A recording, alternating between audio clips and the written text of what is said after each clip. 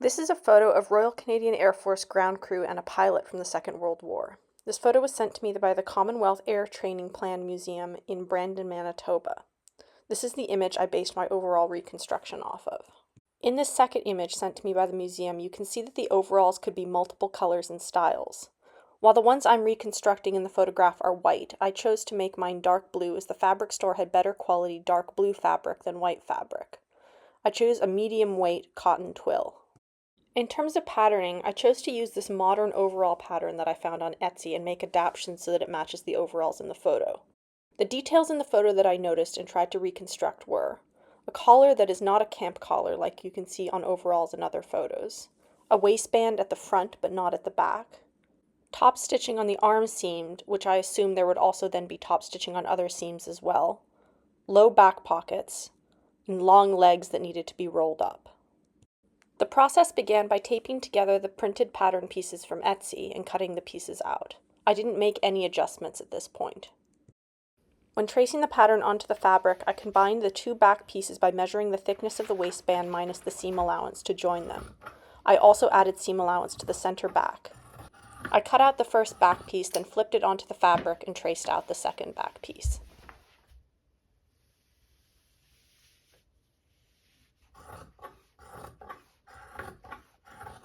The rest of the pieces I cut out as dictated by the pattern. This whole project was sewn on my 1936 Singer machine, which was made in Canada. This pattern required a lot of adjustments of the seam allowance guide. Not only was I top stitching, but also the seam allowance changed a lot depending on which seam I was sewing. The first seam I sewed was the center back. I then went in and top stitched it.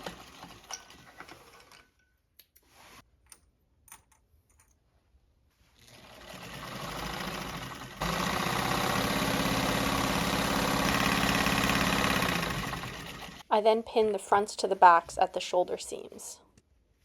I sewed them, pressed them open and then flat, and then top stitched them on the machine.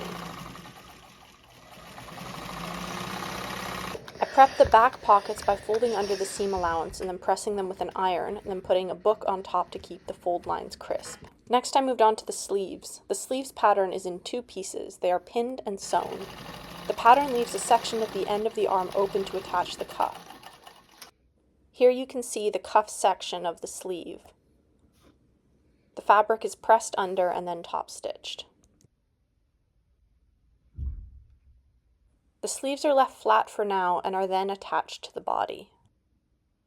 They get pinned into place and then sewn on the machine.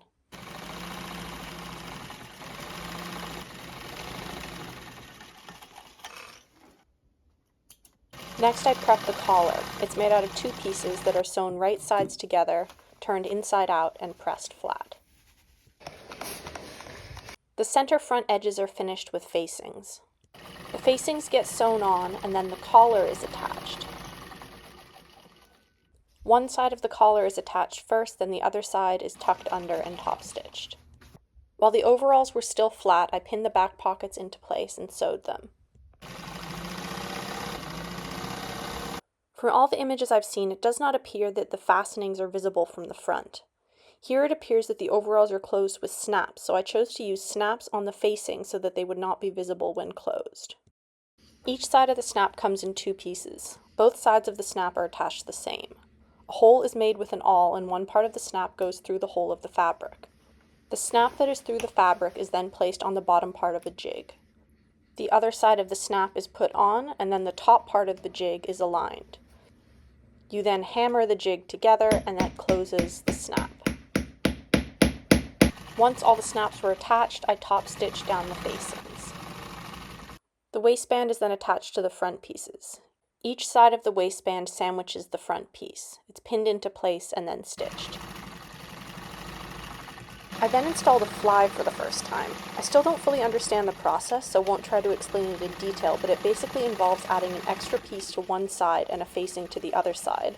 The snaps are attached before both pieces are sewn to the legs, and then the rest of the crotch seam is closed, leaving a finished fly.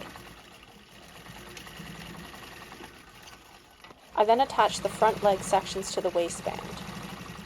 The leg and the front of the waistband are sewn right sides together, and then the back of the waistband is turned under and top stitched.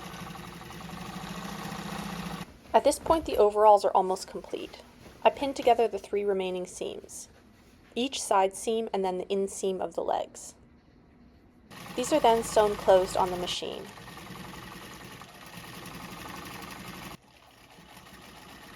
When I tried the overalls on, I realized that the pattern scale was way off. These should have been huge on me. I also realized I had installed the waistband the wrong way round. That little point that you see there should be covering the top edge of the fly. Using my seam ripper, I took the waistband out and then opened each side seam of the legs as well.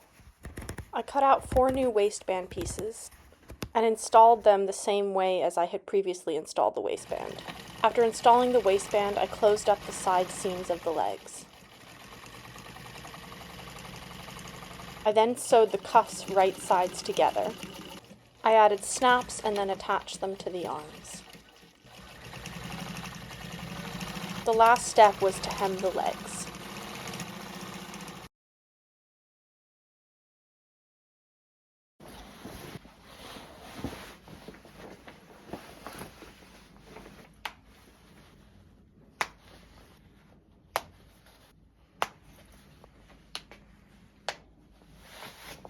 Like in the original photo, I made sure to roll the legs up. And here are the finished overalls.